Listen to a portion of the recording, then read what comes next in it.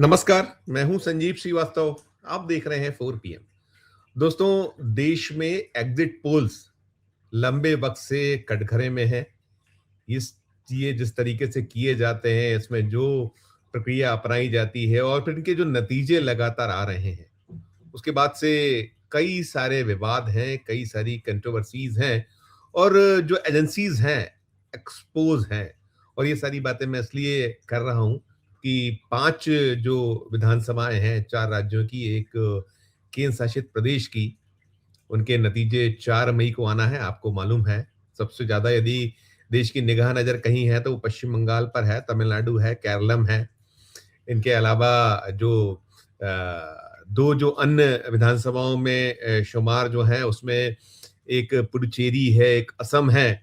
और वहाँ मैदानी हकीकत और जो एग्जिट पोल हैं, उन्हें लेकर अभी विवाद गहराए और सबसे ज्यादा कहीं बातें हो रही है तो पश्चिम बंगाल को लेकर। पश्चिम बंगाल में 2 चरणों में मतदान हुआ है और 29 तारीख को लास्ट फेज की वोटिंग हुई थी। और जब मैं आज ये खबर बना रहा हूं, तब इस वक्त कुछ 15 जो केंद्र हैं, 2 विधानसभा क्षेत्रों के, वहां मतदान चल रहा है और वहां लंबी लंबी कतारों की सूचना। और इन सब के बीच में जो सबसे ज्यादा कहीं बात उठ रही है, जो हो रहा है कि दावे हो रहे हैं, प्रति दावे हैं। 226 सीटों का दावा ममता बनर्जी का है और इधर जो भारतीय जनता पार्टी है, उसके अपने दावे हैं कि वो बहुत कंफर्ट जो मेजोरिटी के साथ सत्ता में आ रही है और ममता बनर्जी की सरकार जा रही है और चल रहा है। हम देखते हैं गोदी मीडिया जो है, गोदी मीडिया जिस तरह से माहौल बनाता है।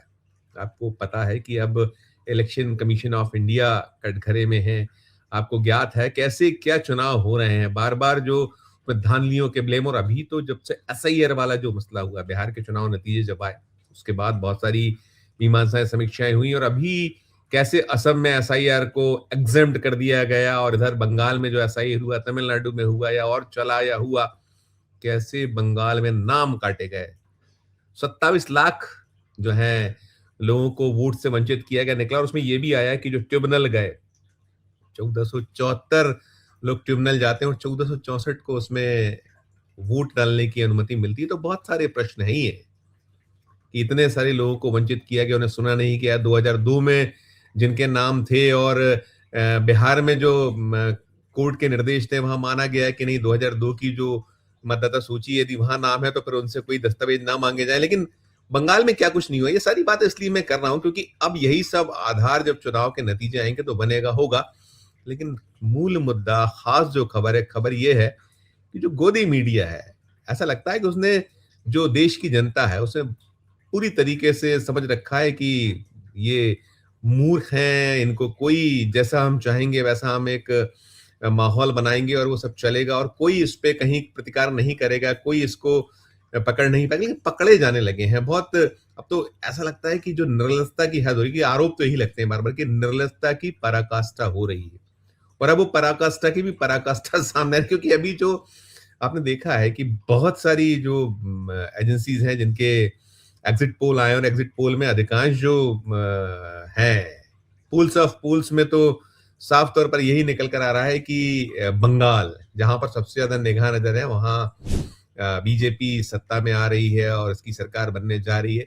लेकिन जो बेशर्मी है, वो बेशर्मी इन जो गोदी मीडिया चैनलों की, अगर आप इसको सुनिएगा, देखिएगा, तो आप दांतों तले उंगली दबा लीजिएगा कि कितना ज्यादा ये जनता को कहीं बेवकूफ समझते हैं।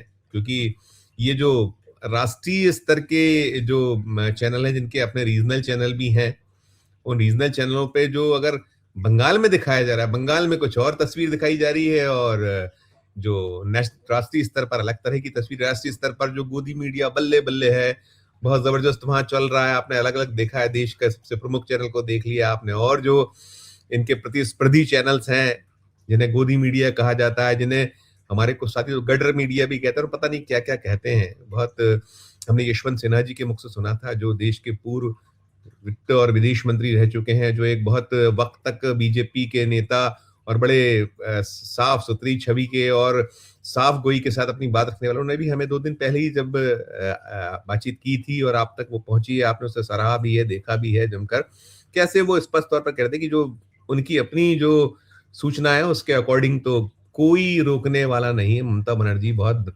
शानदार तरीके से वापसी कर रही है। उन्होंने बाकी भी अपने आकलन अलग-अलग जो चाहे तमिलनाडु हो, चाहे केरलम हो, चाहे असम हो या पुडुचेरी हो। पुडुचेरी में उनको ज्ञात नहीं था, उन्होंने कहा कि मुझे उसके बारे में नहीं पता। लेकिन बाकी असम, केरलम और साथ में जो तमिलनाडु से लेकर अपनी बेबाक राय प्रकट की थी। लेकिन अभी जो मैं बात कर रहा हूँ, जो चल रहा है, आपने देखा होगा कैसे-कैसे जो हैं आपने वो एक्सेस माय इंडिया जो 2024 के लोकसभा चुनाव में 400 पार एनडीए को करा रहा था, वो कैसे उसके जो कर्ता-धर्ता मुखिया फूट-फूट कर बाद में रोए थे जब 240 पर भारतीय जनता पार्टी आके टिक गई थी।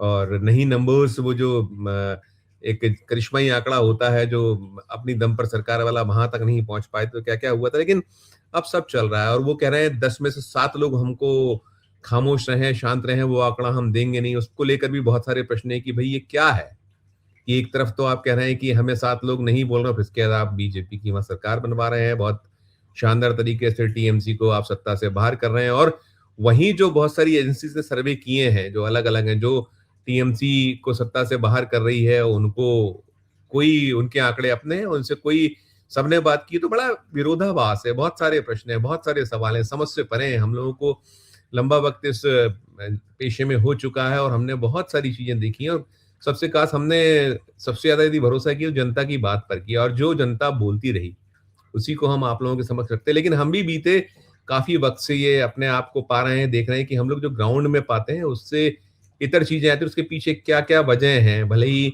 इलेक्शन कमीशन ऑफ इंडिया दावे करे कि नहीं हमसे हमारे मुल्क से बेहतर चुनाव दुनिया में कहीं नहीं होता, हमारा पारदर्शी और स्वतंत्र और स्वच्छ चुनाव है, लेकिन क्या कुछ हो रहा है, धांधलियां ही धांधलियां हैं। आप देखते हैं कैसे एक तरफा कार्रवाई होती है, कैसे ऑब्जर्वर सब तो जैसे ब्लेम है कि जो इलेक्शन कमिश्नर ऑफ इंडिया है भारतीय जनता पार्टी का एक विंग बन चुका है। वैसे ही आप देखिए ऑब्जर्वर्स जाते हैं तो उनको कोई डर दहशत कोई कुछ नहीं। अभी आपने बंगाल में जो दृश्य देखे और भी सूबों में देखे, बंगाल में तो क्या देख रहे थे आप, वो जो सिंघम के तौर पर पेश आ रहे थे, वो एक आईपीएस अफसर उत्तर प्रदेश के, उन्होंने क्या क्या नहीं किया। ये दर्शा दिखला रहा है कि क्या अब स्वच्छता रह गई है इलेक्शन की या क्या पारदर्शिता रह गई है, क्या लेवल प्लेइंग फील्ड है, कैसे एक्शन। और सुप्रीम कोर्ट की ओर से जो सिलसिले चल रहे हैं, अभी कुछ देर पहले आया है कि जो केंद्रीय कर्मचारियों को वहां मतगणना में लगाया जा रहा है उसको लेकर उनका कोई जो है गलत नहीं है इस तरीके का उसमें निकला है। और उसमें कपिल सिब्बल जो खड़े हुए थे उनको कहीं उनकी आपत्तियों को ही अपना आधार बनाकर उसको कहा है कि जो आप चाहते हो वही तो इलेक्शन कमीशन ऑफ इंडिया कर रहा है, वही तो जो बंगाल का सीईओ ऑफिस है वो कर रहा है। तो अब आप देखिए ना, आपने देखा अभी क्या क्या हुआ है बंगाल में, तो युद्ध जैसे हालात थे, युद्ध लड़ा जा रहा हो। 2,40,000 जो है फोर्स सेंट्रल जो पुलिस बल का, और इतना बार बार कहा गया है, खुद यशवंत सिन्हा ही कहते कि 2,40,000 फोर्स तो पूरे देश के चुनावों में लगा करता था, आम सभा आम चुनावों में, यहाँ भेजना। और फिर इसके बाद अभी अमित शाह ने कहा है कि अगले 60 दिनों तक ये फोर्स बना रहेगा। तो बड़े सवाल उठे हुआ। और जो मैं बात कर रहा हूं कि जो गोदी मीडिया है, गोदी मीडिया अपने ही नेशनल जो चैनल है उसके नेशनल जो उसके प्लेटफॉर्म है वहां दिखा रहा है टीएमसी की जबरदस्त हार की बात हो रही है, बीजेपी की जीत की बात हो रही है। आप उठा लीजिए बंगाल के, आप सारे के सारे उसके जो चैनल्स हैं जो गोदी मीडिया के, उनके आप क्रॉस चेक कर लीजिए। मैंने किए हैं, इसलिए मैं खबर बना रहा हूं कि नेशनल पे आप जिता रहे हैं और आपका जो रीजनल है बंगाल में उसमें आप जीत दिला रहे हैं। उसमें जो आपको सूट कर रहा है, पीपल्स पल्स का सर्वे सूट कर रहा है, वहां आप ये बता रहे हो कि ममता बनर्जी की जो सरकार है जो अभी है, जो टीएमसी है, वो आगे उसको उसको आपने आधार बनाया हुआ। आप सोचिए कि दो तरह की बातें हो रही। आप मोदी को भी साध रहे हो, उनकी सरकार को भी साध रहे हो, और सूबे में आपको पता है कि ममता बनर्जी की सरकार है, टीएमसी, और टीएमसी जुझारू है। वो मैदान में लड़े हैं, उन्होंने पूरी ताकत, और कब से 3 ऐसे अवसर हुए हैं जब से बीजेपी चाह रही है, बीजेपी नहीं जो अचीव कर पा रही है जो उसके लक्ष्य हैं। और अभी तो 2014 से तो सत्ता में है, 15 का चुनाव जब हुआ था तब मोदी का चेहरा, अमित शाह और यही सब लोग थे, पूरी की पूरी बीजेपी कुनबा था।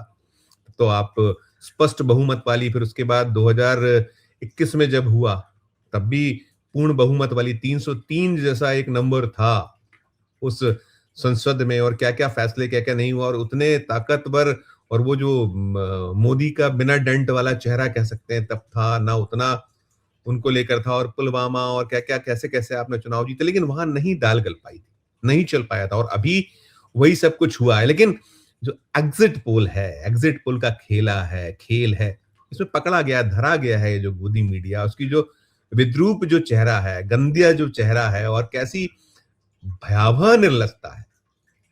मतलब अभूतपूर्व, जितने शब्द कहे जाए कम है, कि आप केंद्र में, आप जब नेशनल चैनल पे बैठे हो तो आप कौन से, आपको सर्वे सूट करते हैं जो बीजेपी को जिताने, और जब राज्य में आपके जो चैनल है, जो रीजनल चैनल है, वहां आप बात करते हो वो जो पीपल्स पल्स की, और इसमें सब कुछ है, सामने सारा आ रहा है, एक एक आप उठा के देखिएगा तो आपको लगेगा कि वास्तव में किस गंदी स्थिति में है ये, इतनी निर्लजता, इतनी चाटुकारिता, इतना ये जो अपॉर्चुनिटीज, ये दो तरह की बातें, दोहरा रवैया, दोहरा चरित्र, कि एक तरफ बात कुछ और, एक तरफ बात कुछ और दिखलाता, दर्शाता, और इसीलिए शायद जो 127 57 भी 157 भी रैंक पर जो भारतीय मीडिया पहुंच गया है, कहां से कहां पहुंचे हैं हम, उसकी वजह ही यही है। इसी तरह का जो एक, हम एक दौर में हमारा नंबर काफी ऊपर हुआ करता था, और लेकिन 2014 के बाद हम नीचे नीचे और नीचे की ओर जाते चले जा रहे हैं,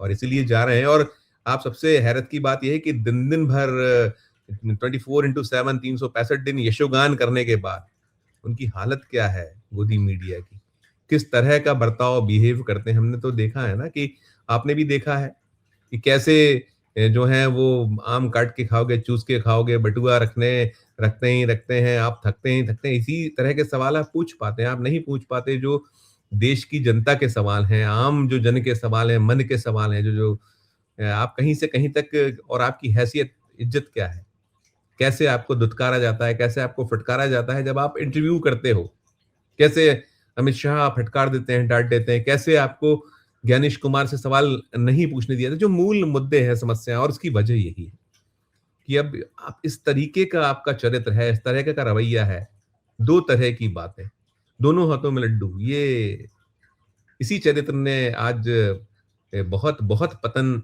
जो मीडिया का किया है। ये हालात हैं, स्थिति हैं, आप उठा के देखिएगा, आप दांतों तले उंगलियां दबा लेंगे कि जो ये मीडिया है, गोदी मीडिया है, जिसे गटर मीडिया भी मैंने कहा, हमारे कुछ साथी कहते हैं, वो अपने राष्ट्रीय चैनल पे कुछ और बात करता है, वहां वो सर्वे उठाता है जो मोदी और उनकी टीम को खुश करे, और राज्य में ममता खुश हो जाए, ऐसे उस पर अपने सर्वे, अपनी बात, अपने रिपोर्ट्स प्रस्तुत करता है। कैसे चलेगा, क्या चलेगा? ये पकड़े गए हैं, ये धरे गए हैं।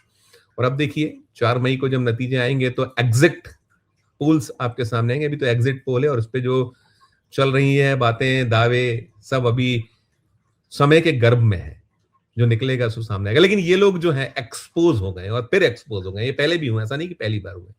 सब कुछ देखने सुनने के बाद आपकी अपनी जो राय हो, आपकी अपनी जो प्रतिक्रिया हो, और आप चले जाइएगा बंगाल के प्लेटफॉर्म पे जाके देख लीजिए, वहां के न्यूज़पेपर्स देख लीजिए, वहां सर्वे में कौन से जो एजेंसी को आधार बनाकर किया गया, और आप नेशनल पे देख रहे हैं। टिप्पणी कीजिएगा, प्रतिक्रिया दीजिएगा, और अच्छी लगे खबर तो चैनल को लाइक कीजिएगा, सब्सक्राइब कीजिएगा, ज्वाइन का बटन दबाइएगा तो हमारी हौसला अफजाई होगी। प्यार और इस्तेमाल देखते रहिए 4 PM। धन्यवाद, नमस्कार।